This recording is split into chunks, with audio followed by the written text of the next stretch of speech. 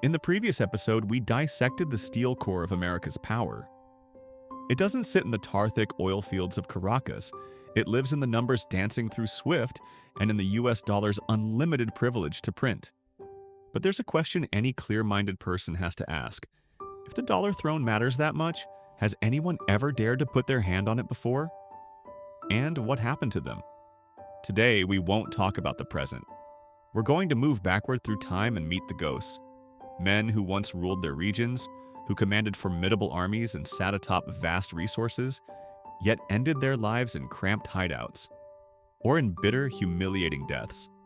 Saddam Hussein of Iraq, Muammar Gaddafi of Libya. They didn't die because they were tyrants. The world is full of tyrants, many of them still shaking hands with Washington. They died because they committed an unforgivable sin in the silent rulebook of global financial mafia. They tried to sell oil without using US dollars. Welcome to the darkest chapter of modern geopolitical history. The curse reserved for those who dare to break the line.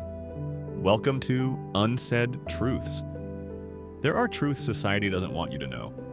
The fog called weapons of mass destruction, and the death of Saddam Hussein. Let's go back to 2003. The entire world held its breath as US cruise missiles rained down on Baghdad. The official reason, repeated across every mainstream headline, was simple. Saddam Hussein possessed weapons of mass destruction. Sounds noble, doesn't it? Humanitarian, protecting world peace. But 20 years later, when the smoke cleared and the rubble grew moss, what did they find? Not a single gram of chemical weapons, not a trace of nuclear capability. So why was the US willing to spend billions, kill countless people, spill oceans of blood, mobilize hundreds of thousands of troops, and even sacrifice American soldiers just to overthrow a man they knew had no fangs? The answer lies in an event 3 years earlier in November 2000. Saddam Hussein, arrogant, yes, but brutally practical, made a decision that amounted to geopolitical suicide. He declared that Iraq would no longer accept US dollars in exchange for oil. Instead, Iraq would sell oil in euros. To an ordinary person, that sounds like a simple currency switch. But to Washington, it was a direct declaration of war on the petrodollar system. Imagine this. If Iraq, a country sitting on massive oil reserves, successfully shifted to the euro, other OPEC nations would see a path out of America's grip. Global demand for dollars would fall, and America's money printing machine would begin to stutter. Because it's simple. When dollar hoarding declines, the number of countries that must hold dollars as reserves declines with it. And the US could not allow Saddam Hussein to live long enough to prove that the world can function without USD. Saddam Hussein's execution by hanging in 2006 wasn't justice for the Iraqi people.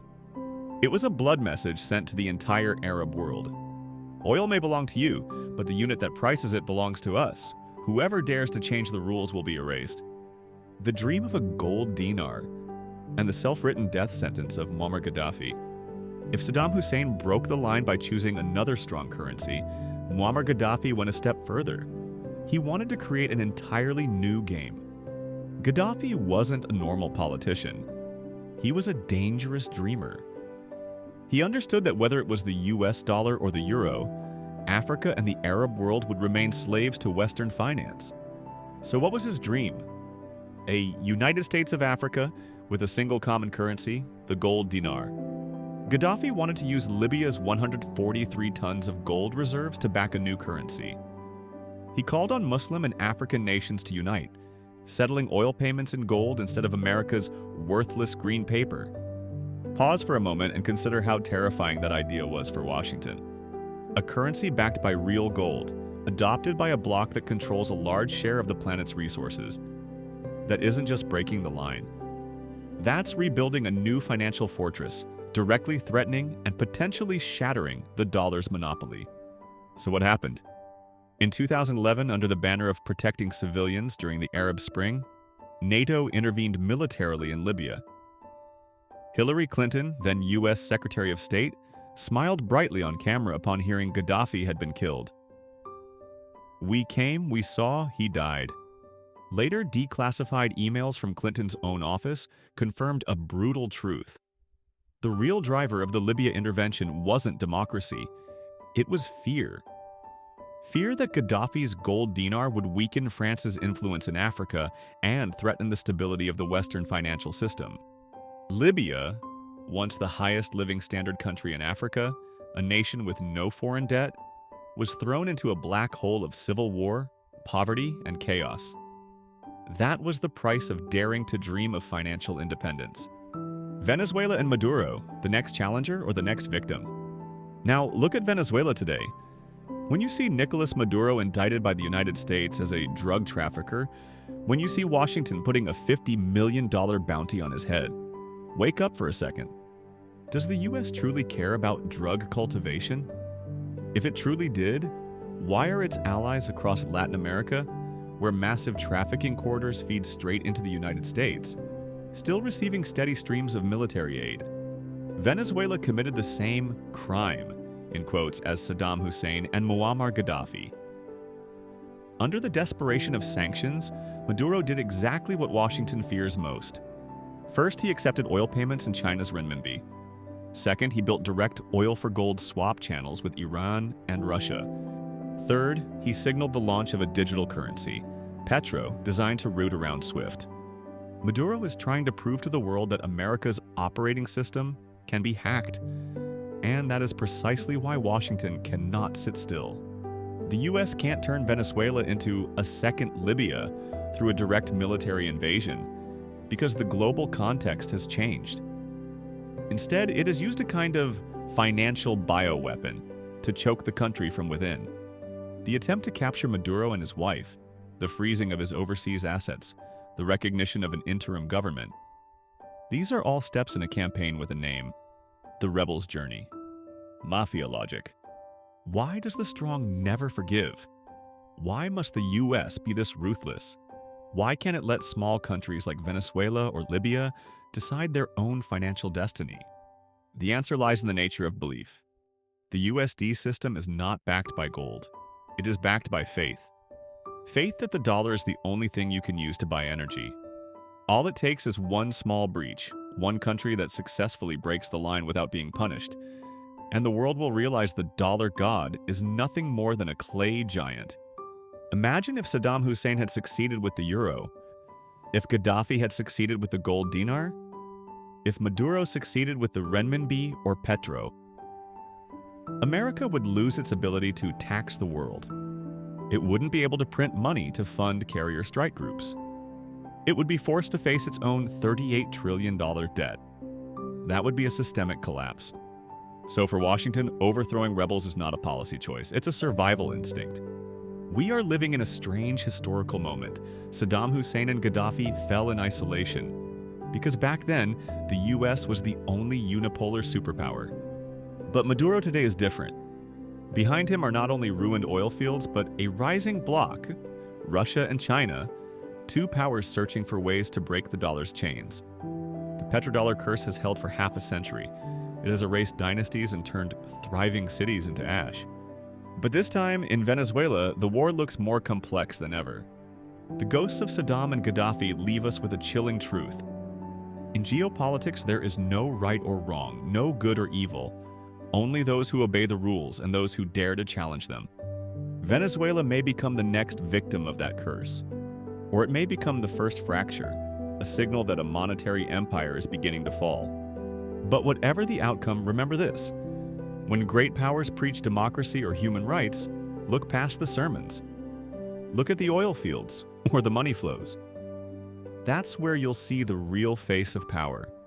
A dark alliance, Venezuela as an empire's laboratory. So why hasn't Maduro fallen yet? The answer isn't Venezuela's military strength. The answer is that on this chessboard, Maduro isn't playing alone. Behind him stands the shadow of two giants hungry to overturn America's unipolar order, Russia and China. In the next part of this episode, we'll dissect a truth Western media works hard to bury. Venezuela is no longer an independent country in the ordinary sense. It has become a survival laboratory where Russia and China test new financial and military weapons, preparing for a total confrontation with Washington. Russia and the steel shield in America's backyard. Look at how Russia shows up in Venezuela. When Washington declared that all options are on the table, Including military intervention, Russia's Tu-160 strategic bombers suddenly landed in Caracas. That was a direct slap at America's Monroe Doctrine, the doctrine that treats the entire Western Hemisphere as its untouchable backyard. But Putin doesn't help Maduro out of kindness. Russia sees Venezuela as a strategic sacrificial piece. First, military deterrence.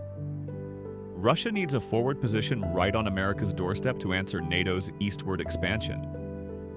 Every time the US squeezes Russia in Ukraine, Moscow reminds Washington through military advisors and weapons contracts in Venezuela. Second, energy brokerage.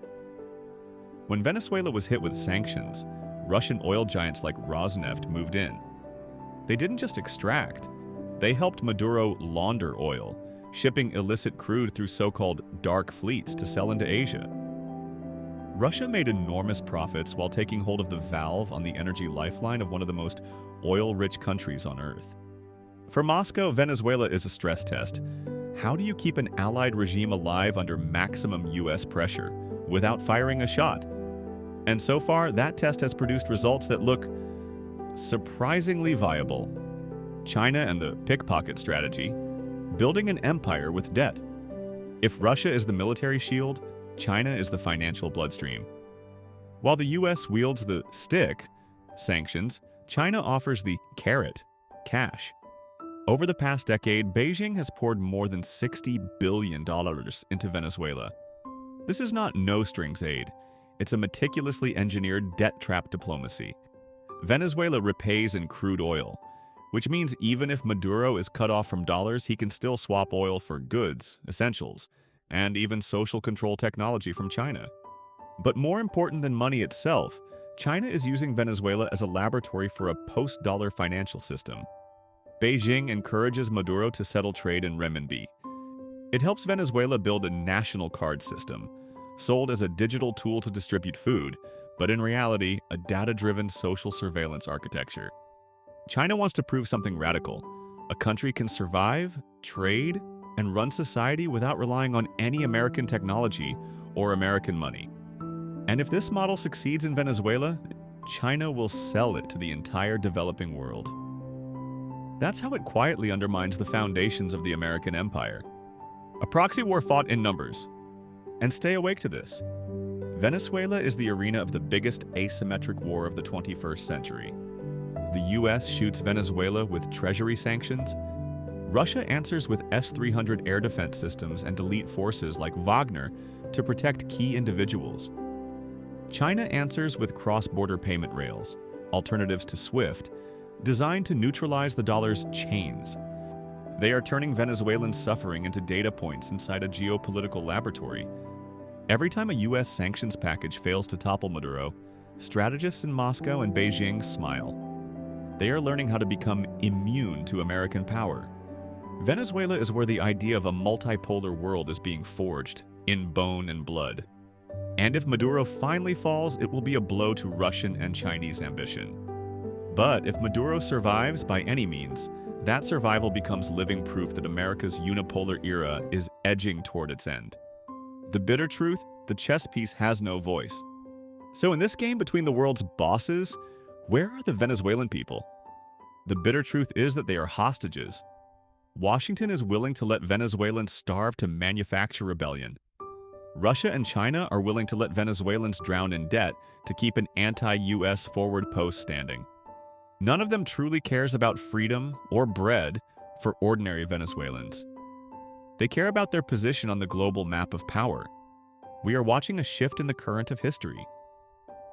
Venezuela is no longer the story of a single South American country.